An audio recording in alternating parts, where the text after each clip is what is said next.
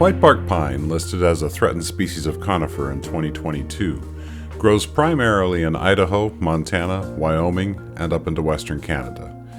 The southern reach of its habitat is the Greater Yellowstone ecosystem, an area surrounding Yellowstone National Park that includes many federal and state agencies, tribal governments, and non-governmental partners.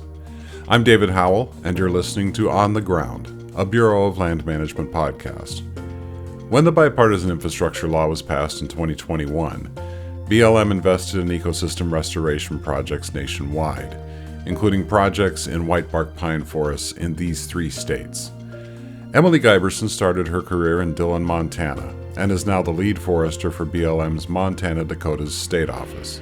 And the first question I asked her was, why is whitebark pine a tree we need to care about? So whitebark is a high elevation 5-needle pine tree species that is very important for ecosystem functions. They're at the highest elevations, and so the shade is protecting the watershed. It's helping the snow come off slower so that it's more of a trickle instead of just all at once. It's also very, very important food source for different wildlife. The Clark's nutcracker is one of the primary seed dispersers. Grizzly bears are bears in general. It's a high calorie food intake as they're going into hibernation. It's highly sought after by wildlife species.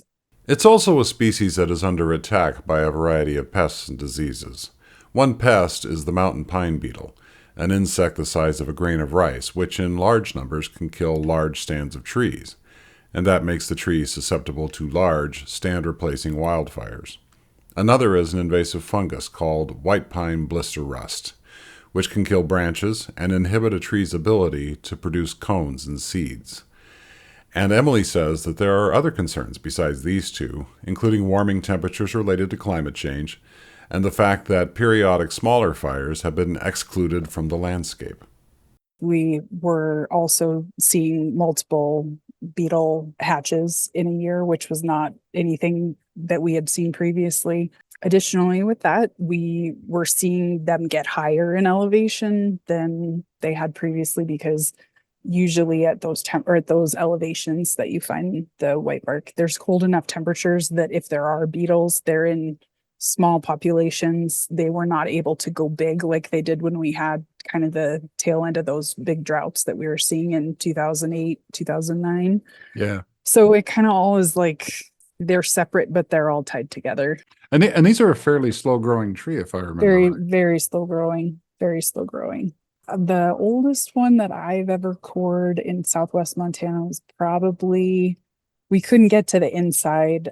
We were still, a ways off of the very center, but it was over 350. So several hundred years old. Yeah. Mm-hmm. Okay. Which means that if a wildfire comes through an area already weakened by disease or beetle damage, it may be a century or more before new whitebark pines will get large enough to protect an area from rapid snowmelt or provide a good volume of food sources for animals.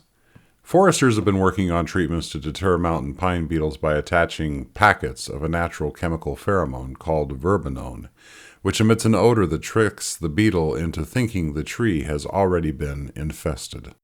With beetles, we can try to apply verbenone so we can deter. Fire exclusion is a tough one because it's real hard to get fire in those ecosystems. We did that in one of the stands we had in Dillon here, and I think that was probably one of the only, it was the only one in Montana that I'm aware of anyways, that we were able to go through to do some type of a treatment there. We've done a lot of planting. That's the way we're dealing with rust, is we're identifying trees that we think are showing signs of being resistant to rust. And so we're collecting cones from them and growing them out, getting them tested to see if they have resistance. So that's been kind of probably our biggest impact, I would say, is trying to plant into those areas that have recently been burned by fire, or if there's high overstory mortality, just trying to get something back in the ground that we know is going to have that resistance level for the site.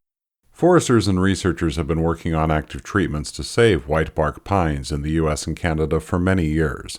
For BLM, a recent addition to the funding mix came through the Bipartisan Infrastructure Law, which is making investments for ecosystem restoration.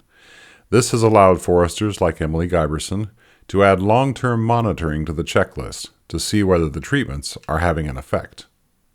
It's definitely expanded our ability to do more, for sure. One of the agreements that we've had for several years was with the National Park Service. They have a monitoring crew that's based out of Bozeman that has been doing this data collection for, I think it's over 20 years for sure. I don't know exact numbers on how long they've been at it, but it was something that we wanted to kind of get in on. And a few years ago, we started looking at what that would mean, because they go out, they survey all areas within the greater Yellowstone ecosystem. Doesn't matter if it's Park Service, Forest Service, if it's federal, they get there. So we worked really closely with them and USGS to get kind of this protocol in place that would allow us to attach onto what they had already started. And so we had everything ready to go. We just didn't have any way to fund it. And that was kind of the last piece of our, I guess in my mind, the Whitebark puzzle for us. This monitoring inventory piece of it was sort of the last one in, because there wasn't as much urgency on that piece of it. So we had this all like set up. We had no funding. And so that last piece that came in, the Dillon field office, almost the entire office is identified as one of the restoration landscapes in Montana. And because of the relationship set up already, that partnership that's been ongoing for so many years, it kind of segued us into this brand new agreement with the Montana office to continue that work. You know, they provide us all the data so that we can utilize it for consultation, or if we are to ever consider delisting, we're going to have to be able to say, this is what we have and this is what it looks like. And we didn't have that before. So this data will help us get to that point where we can say, you know, statistically, this is the condition of our stands. One of the interesting things I think about projects like this is we're able to highlight the fact that BLM's not working in a vacuum, right? That A, it takes a lot of time to get stuff up and moving, but B, there's a lot of other people that are involved.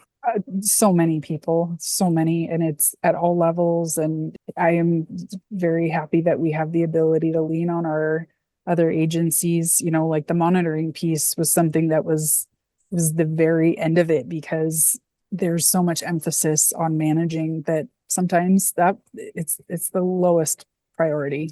Well, and as you said, if you're going to get the species delisted at some point, it's only going to be based on the science and the data that you have behind it. And knowing that they've been doing it for as long as they have, and now the data will talk. We have data that talks, whereas before it was like, well, maybe they did it this way over here, and maybe they did it this way over here. So it's not comparable data. It's interesting data, but it doesn't speak to the whole range. And so I was really happy about that last piece to come in, because, you know, we had all the other parts of it, and then just going together forward, it just makes it all stronger. Long term, the future of recovering the whitebark pine is uncertain. The good news is that the foresters who are studying the species are in it for the long haul.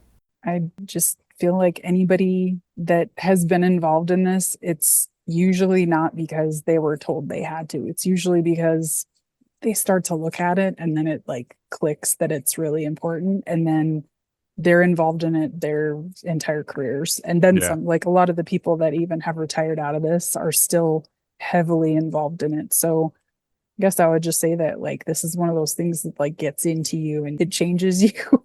And when you leave, you take it with you. It's not something that you leave at the door. So it's a mission. It is a mission for sure. Yeah. And you know, just the partnerships that we've developed over the years. I mean, they're some of my closest friends because of how much we've worked on together and how much we've seen happen over the years. So it's like a great group of peers and just overall good people that want to see change. And so that's promising. Emily Guiberson is BLM's forestry lead in the Montana-Dakotas State Office. She joined us from her office in Dillon, Montana. If you're interested in learning more about the whitebark pine and the creatures that depend on it, I highly recommend you watch a video by the conservation group American Forests called Hope and Restoration: Saving the Whitebark Pine, which is on YouTube. We have a link to it on our website for this episode, along with other stories we've published about this species. Thanks for joining me. I'm David Howell, and we'll see you out there on the ground.